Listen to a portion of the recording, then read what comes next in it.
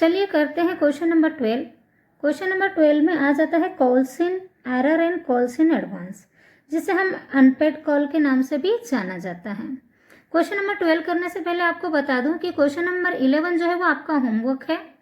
Question number 11 आपका homework है वो लमसम में है और प्रीमियम पर है। तो जैसे क्वेश्चन नंबर 8 मैंने करा दिया था प्रीमियम पर लमसम, सेम वैसे ही करना, सिर्फ अमाउंट चेंज होगा। तो चलिए क्वेश्चन नंबर 12 करते हैं। Question number 12 calls in error. A limited company issue 500 equity share of ₹100 each. तो ए लिमिटेड ने 500 शेयर इशू किए और एक की प्राइस कितनी है 100 ईच है। टू द पब्लिक पेबल 30 पर शेयर ऑन एप्लीकेशन, तो एप्लीकेशन के 30 है, 30 पर शेयर ऑन अलॉटमेंट, अलॉटमेंट के भी ₹30 है, 20 पर share on first call and 20 पर शेयर ऑन फाइनल कॉल। तो फर्स्ट और फाइनल मतलब सेकंड कॉल के भी कितने हैं 20 रुपीज़। 20 दोनों कॉल्स के हैं, 30 एप्लीकेशन एंड अलॉटमेंट के। All the amount were received except, अब यहाँ EXCEPT लगा है, एक्सेप्ट मतलब छोड़कर होता है। एक एक्सेप्ट होता है हमारा जो हम एक्सेप्ट करते हैं वो ECC से आता है और ये EX से आता है, तो यहाँ इसका मीनिंग हो जाता है छोड़कर। वन होल्डर, एक अंशधारी को छोड़कर, होल्डर ऑफ 10 शेयर, उसके पास कितने शेयर है 10 शेयर, हु डिड नॉट पे first and final call money, तो उसने क्या पेमेंट नहीं किया है फर्स्ट एंड फाइनल कॉल, मतलब फर्स्ट और सेकंड कॉल दोनों का पेमेंट उसने नहीं किया। Give the necessary general entry in the books of company, तो हमें इसकी जनरल एंट्री करनी है कॉल्स इन एरर की। अब कॉल्स इन एरर क्या होता है, सपोज कीजिए हम स्कूल जा रहे हैं और हमारे जो पूरे स्कूल की पूरे ईयर की जो फीस है वो फीस है और उसका इंस्टॉलमेंट बना लिया गया है। तो आपने फर्स्ट इंस्टॉलमेंट जमा कर दिया, सेकंड कर दिया, लेकिन थर्ड और फोर्थ इंस्टॉलमेंट आपने पेमेंट नहीं किया स्कूल को। तो जो पेमेंट नहीं गया, जो अनपेड कॉल है आपकी, वो अनपेड हो गया, कॉल्स इन एरर हो गया। जो पैसा जमा नहीं किया है, किसी एक स्टूडेंट 2 स्टूडेंट ने नहीं जमा किया रहेगा, बाकी लोग तो सब कर ही देते हैं। तो उस स्टूडेंट्स के पास उसकी कितनी फीस है उसके अकॉर्डिंग एरर मतलब कमी, कंपनी के पास या स्कूल के पास इतने रुपयों की कमी हुई, क्यों हुई, तो उनके बैंक में उनके अकाउंट में जितना पैसा आना चाहिए उसमें से उतना पैसा कम हो जाएगा। कितना पैसा, जितना पैसा जमा नहीं हुआ। तो यहाँ 10 शेयर है और फर्स्ट और सेकेंड कॉल के अमाउंट हमें निकालना है। चलिए करते हैं बोर्ड पर। 12 और क्वेश्चन नंबर 12 जो है वो कॉल्स इन एरर है। कॉल्स इन एरर का मीन्स होता है कि जो अमाउंट नहीं, अनपेड कॉल्स भी बोलते हैं, इंस्टॉलमेंट जो रहते हैं, इंस्टॉलमेंट में से कुछ पर्सन रहते हैं, कुछ शेयर होल्डर रहते हैं जो कॉल्स की या अलॉटमेंट की मनी जो नहीं दे पाते, पेमेंट नहीं कर पाते कंपनी को। तो जिस उसके पास जितने शेयर है उतने शेयर पर उसका प्राइस निकाला जाता है और उसे कॉल्स इन एरर कहा जाता है। अगर अमाउंट रिसीव नहीं हुआ तो एरर, और रिसीव हो गया तो एडवांस भी होता है इसमें, अगर कोई एडवांस देता है। तो यहाँ इशू ऑफ शेयर 500 है और 100 रुपीज है उसके। क्या बोला है क्वेश्चन में, एप्लीकेशन पर 30, अलॉटमेंट पर 30, फर्स्ट कॉल पर 20 और सेकंड कॉल पर 20, सबका मल्टीप्लाई हमने 500 issue of share into price या price into issue of share, 15,000 दोनों का आ गया है और 10,000 फर्स्ट एंड सेकंड कॉल का। अब क्वेश्चन में बताया गया है कॉल्स इन एरर के बारे में कि वन होल्डर और फॉर 10 शेयर, उसके पास कितने शेयर है 10 शेयर, डिड नॉट पे first and final call.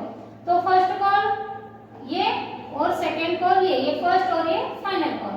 First call के ₹20 है, सेकंड कॉल के 20 है और उस शेयर होल्डर के पास शेयर कितने हैं ओनली 10।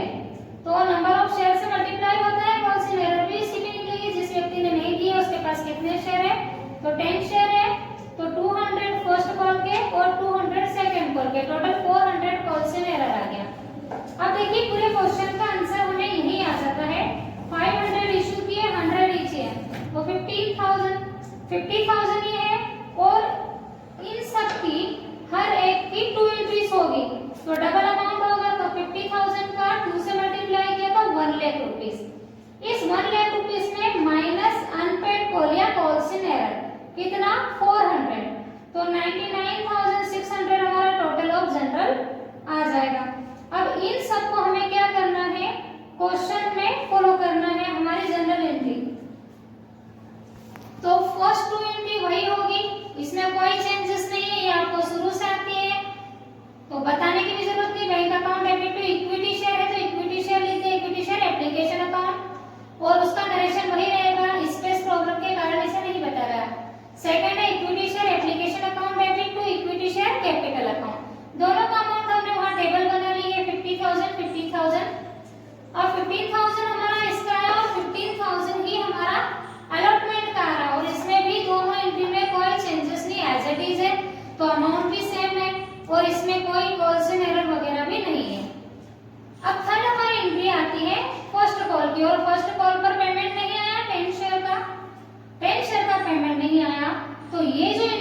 टाइम नंबर वाली है कैपिटल के साथ जो होती है, इसमें कंपनी को नहीं पता है, उसने यहाँ डिमांड की गई है, ड्यू की गई है, याचना की गई है, तो यहाँ तो as it is full of amount लिखा जाएगा। पुराने जितने भी सिंपल क्वेश्चन से हमने एंट्रियां की है उसी के अकॉर्डिंग। तो equity share first call account debit to equity share capital 10,000 ही आएगा।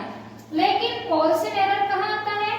जब पैसा रिसीव होता है, और पैसा रिसीव कब होता है? जब व्यक्ति पेमेंट करता है तो वो हमें कितना दे रहा है, कितने लोग दे रहे हैं, कितने नहीं दे रहे, वो रिसीव करते वक्त ही हमें पता चलेगा। तो कॉल्सन एरर और कॉल्सन एडवांस है, उसकी जो एंट्री है वो बैंक के साथ होगी, और उसका जो एडजस्टमेंट है वो भी बैंक के साथ होगा। तो bank account debit, calls in arrear है मतलब अनपेड कॉल है, पैसा नहीं आया तो लॉस हो गई कंपनी को, तो वो भी डेबिट होगी। तो calls in arrear account debit to equity share first call. तो फर्स्ट कॉल के हमारे पास 10,000 है, लेकिन 200 क्या हो गया? अनपेड है, नहीं पेमेंट आया, तो 200 हमारे नहीं आए, डेबिट कर दिए। तो 10,000 में से 200 माइनस किए तो 9,800 वो बैंक में रिसीव हुआ। पैसा रिसीव कितना हुआ? 9,800। यहाँ भी मैंने शो कर दिया 10,000 में से 200 माइनस किया है कॉल्सन एरर का, और इसका नरेशन होगा being equity share first call money received for 490 share, 490 share, क्योंकि 10 शेयर जिसके पास है, 1 होल्डर है, वो एक शेयर होल्डर है, उसने पेमेंट नहीं किया फर्स्ट कॉल का। सेम एज इट इज जो 5, 10, 6 एंट्री हुई है वही सेकंड कॉल की होगी, फर्स्ट की जगह सेकंड कॉल लिखा जाएगी। तो इसे हम कर लेते हैं, पहले ये देख लिया, इसको रब करके सेकंड कॉल की एंट्री कर लेंगे और इसका टोटल करते हैं। चलिए इसी क्वेश्चन का कैश अकाउंट और bank, cash oblique bank account जिसे बोलते हैं, कैश ऑब्लिक बैंक अकाउंट बनाते हैं, जिससे जो क्वेश्चन में आंसर दिया रहता है कैश रिसीव, हर एक क्वेश्चन जितने भी इंस्टॉलमेंट में दिए गए उसका सेम इसी मेथड से आएगा, मेथड कुछ भी चेंज नहीं होगी। फर्स्ट आपको देखना है कि फर्स्ट जो एंट्री हमारी बैंक की है ना, और बैंक अकाउंट में बैंक का नाम नहीं लिखते, कैश अकाउंट में कैश का नाम नहीं लिखते। तो क्वेश्चन से समझते हैं, ये देखिए क्या दिया है, bank account debit to share application account. तो क्या लिखेंगे अपन? टू शेयर एप्लीकेशन अकाउंट, लेकिन अमाउंट किसका लेंगे? बैंक का। तो फर्स्ट जो हमने बैंक में आया हमारा 15,000 लिखा टू शेयर एप्लीकेशन अकाउंट। दूसरा है बैंक वाली एंट्री देखेंगे अलॉटमेंट की, तो उसके सेकेंड एंट्री है टू शेयर अलॉटमेंट अकाउंट, तो यहाँ sure to share allotment account लिखेंगे, उसका भी अमाउंट 15,000 है। थर्ड जब हम जाएंगे शेयर फर्स्ट कॉल में, उसकी बैंक वाली एंट्री देखेंगे, तो उसमें क्या है? 2,000 कॉल्सन एरर है, तो बैंक में अमाउंट कितना है? 9,800। चलिए उसे एक बार देख के समझ लेते हैं। ये देखिए ये 6 वाली entry, bank account debit calls in arrear account debit to share first call account. तो क्या लिखेगा अपन? To equity share first call account लिखेंगे, लेकिन अमाउंट किसका लेंगे? बैंक का। अमाउंट हमेशा बैंक का ही लिखना है, और नाम क्या लिखेंगे उसमें? एंट्री क्या करेंगे? जो जिस चीज का अमाउंट बैंक में आ रहा है, तो फर्स्ट कॉल का आ रहा है तो टू शेयर फर्स्ट कॉल लिखेंगे, लेकिन अमाउंट बैंक का लिखेंगे। तो यहाँ पर हमने बैंक का लिख दिया। Same as it is second का लिखेंगे, तो bank account debit calls in arrear account debit to equity share second and final call account. तो हम क्या लिखेंगे उसमें? To equity share second and final call account, और अमाउंट कौन सा उठाएंगे? बैंक वाला उठाएंगे, क्योंकि ये कैश और बैंक है। तो यहाँ लिखा मैंने to equity share second and final call account और 9,800। इन सब का जब मैंने टोटल किया तो 99,600 आया। और यही हमारा क्या होता है? बाई साइड जाएंगे, सेकेंड साइड में टू और बाई चलता है, तो बाई कैश एट बैंक, और कैश एट बैंक कितना? 99,600, और यही इसका टोटल रहेगा, दोनों साइड का टोटल इक्वल रहेगा। आई होप आपको ये समझ में आया होगा। और जितने भी क्वेश्चन हैं आपके इंस्टॉलमेंट वाले, उन सब का कैश अकाउंट आप इसी मेथड से बनाएंगे।